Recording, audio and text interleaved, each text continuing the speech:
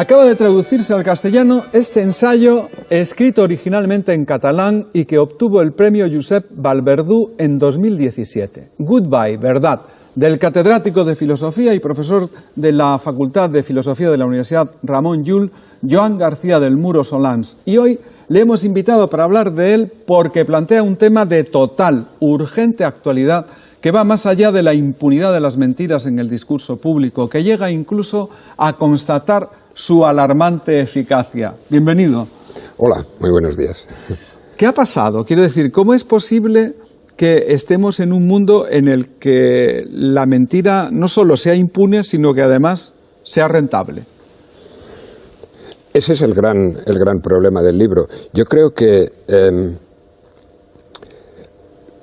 la mentira ha existido siempre, pero quizá en nuestro momento actual yo me encuentro con la paradoja de que negamos la verdad. Y al negar la verdad, de alguna manera, es como más sutil, pero yo lo veo incluso un poco más perversa la situación actual, porque mientras nosotros sabíamos que existía la verdad y nos engañaban, podíamos rebelarnos contra esta mentira, podíamos protestar, pero si ahora estamos todos convencidos de que no existe la verdad, de que la verdad se ha acabado, en el fondo, cuando se acaba la verdad, se acaba también la mentira, y simplemente nos conformamos con la versión que más nos interesa. A mí me sorprende esta conformidad de nosotros, la generación del siglo XX, XXI, los más descreídos, los más autónomos, y que en el fondo estamos dispuestos a tragarnos aquellas verdades que más nos convenzan o que más nos interesan. Es curioso. Pero, ¿y esto cómo puede ser? Quiero decir, ¿cómo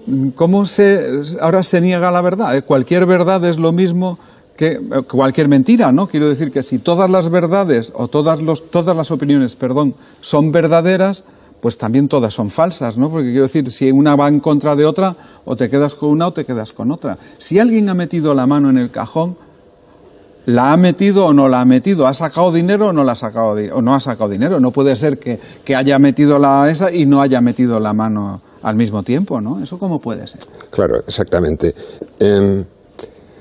Bueno, me interesa mucho justamente el ejemplo que has puesto. Si alguien ha metido la mano, ¿cómo puede ser que digamos que...? ¿no?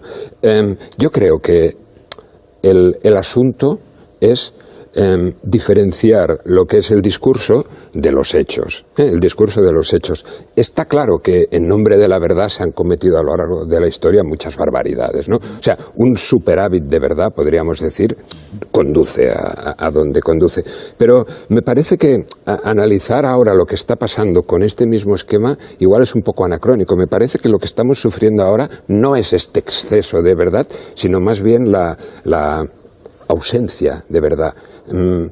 Me asustan estas personas que están convencidas de que no hay ninguna verdad, de que no podemos conocer ninguna verdad y por tanto puedo hacer lo que quiera, tengo las manos libres para hacer lo que quiera. Fíjate que si tuviéramos mucha prisa, si la entrevista fuera de un minuto te lo resumiría así, diría, en nuestro momento verdad parece que sea todo aquello que yo quiero que sea verdad. En el mundo del consumismo, conviene, ¿no? Exacto, en el mundo del consumismo en el que estamos, yo compro, como sé que la verdad no existe, compro la que más me interese, la que mejor me haga sentir, la que más a gusto me haga sentir.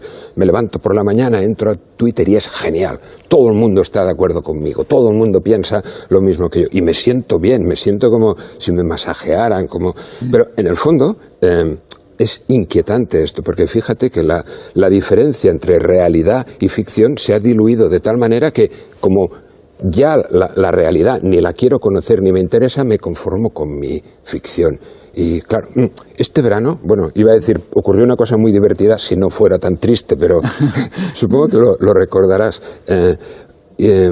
Acabó la serie Juego de Tronos y el último episodio, no sé, a los seguidores no les convenció mucho. Y hubo una movilización general, recogida de firmas para que cambiaran el último episodio. Yo lo encontré una metáfora insuperable de la situación actual. Fíjate, nos movilizamos, para cambiar la ficción, no la realidad. O sea, lo que se intentaba es que se cambiara la ficción. Entonces, esta no distinción de planos me parece peligrosa, porque hay quien se aprovecha claramente con mucha habilidad de esta situación. Es una cosa, además, quiero decir, paradójica, ¿no? Porque cuando la verdad era una verdad revelada y unos la poseían y repartían, la administraban a los demás, bueno, y se convertía en un martillo de herejes, bueno, era más difícil oponerse, pero al cabo del tiempo la gente pudo organizarse y oponerse. Pero en el caso del descubrimiento, ¿no?, del método científico para llegar a la verdad, de la distinción entre opinión y hecho y la puesta en cuestión continua, ¿no?, de lo que se piensa, haciendo hipótesis sobre lo que ocurre, ahora resulta que todo vale igual. Exacto. Cuando decías esto de la verdad como martillo de herejes, como imposición, yo pensaba, qué optimista, porque pensaba que ibas a decir que ahora no. Y realmente ha cambiado, es un poco más sutil si quieres, pero yo sigo pensando que tenemos este martillo de herejes, y esta ortodoxia. No te puedes salir del pensamiento, de lo que hay que pensar. Lo que pasa es que es más sutil, es distinto, ¿no? Es como una ortodoxia de la posverdad. Fíjate, a mí me parece que si pensáramos un poco en la raíz filosófica del asunto, yo creo que el momento clave fue la Segunda Guerra Mundial, o el descubrimiento de las barbaridades que se hicieron en los campos de la muerte. Y eso parece como si hubiera como un extraño consenso en ese momento en que creer demasiado en la verdad nos ha llevado aquí, ¿no? Verdad igual a dogmatismo, dogmatismo igual a fundamentalismo, fundamentalismo igual a violencia. Entonces, algunos pensadores posmodernos dijeron, si lo que quiero es reducir el efecto, lo que tengo que hacer es suprimir la causa. Para que no haya violencia, para que no haya fundamentalismo ni dogmatismo, lo que tengo que hacer es relativizar la verdad. Exacto, relativizar la verdad. En teoría funciona, pero la realidad siempre es más complicada, me parece, que estas fórmulas. Y realmente no hemos vuelto a barbarie tan obscena como la de Auschwitz y eso, pero hemos visto que hay grietas por las que realmente se nos cuela, ¿no? Las últimas décadas de la historia de la humanidad no es que sean precisamente muy esperanzadoras. Muy esperanzadoras. ¿Y qué podemos hacer? Claro, esa es la pregunta.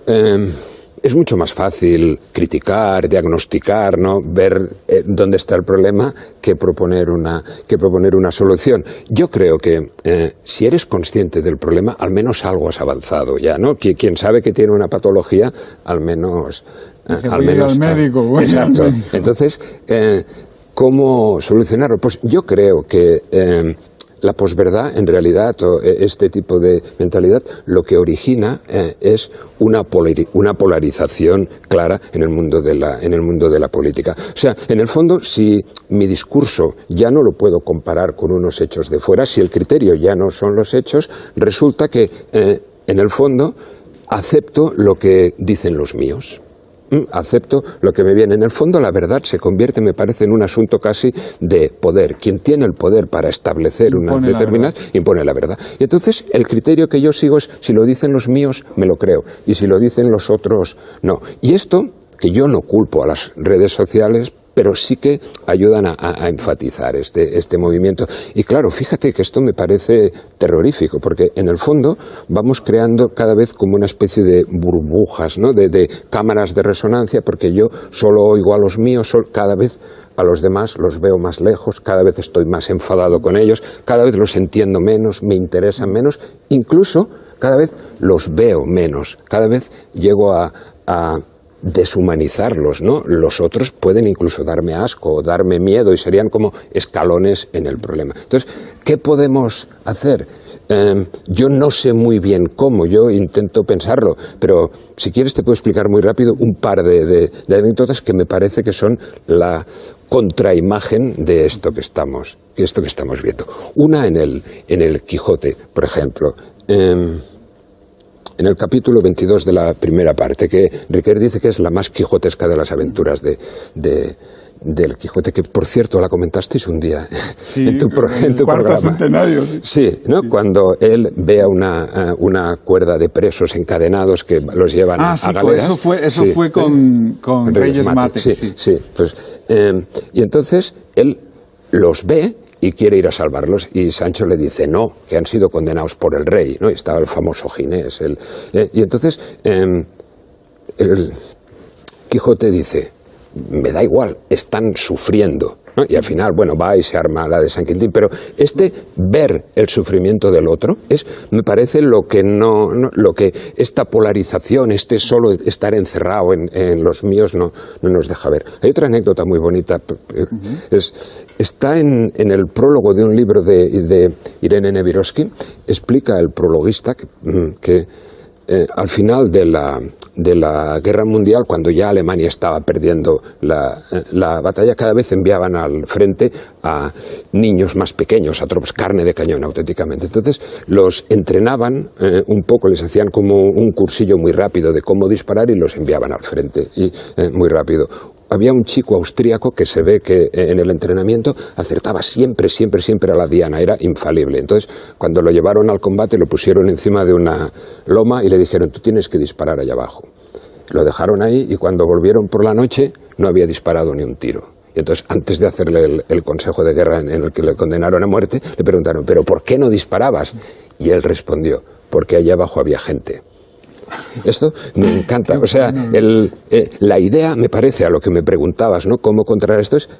Es aceptar la alteridad, ¿no? Ver a los otros, no estar en nuestras cárceles elegidas, encerrados en nuestras cuatro paredes en la que todo me oigo a mí mismo y reverbera mi propia voz, sino apreciar la seducción, el encanto de la diferencia, de la alteridad. De hecho, el método científico se basa justamente en permitir que otro discuta lo que tú crees que ocurre, ¿no? Es decir, que si tu teoría científica no es posible contradecirla, no es científica. Exacto. ¿No? Entonces, esto es un poco lo mismo, es decir, en vez de irte, como no sé si lo hemos comentado ya en la conversación o era previo a que empezáramos a hablar, el tema de Fox News y CNN, ¿no? Cómo la CNN llevaba a los mejores de cada bando, por decirlo así, y Fox News prefería llevar al bueno de un bando y al malo de otro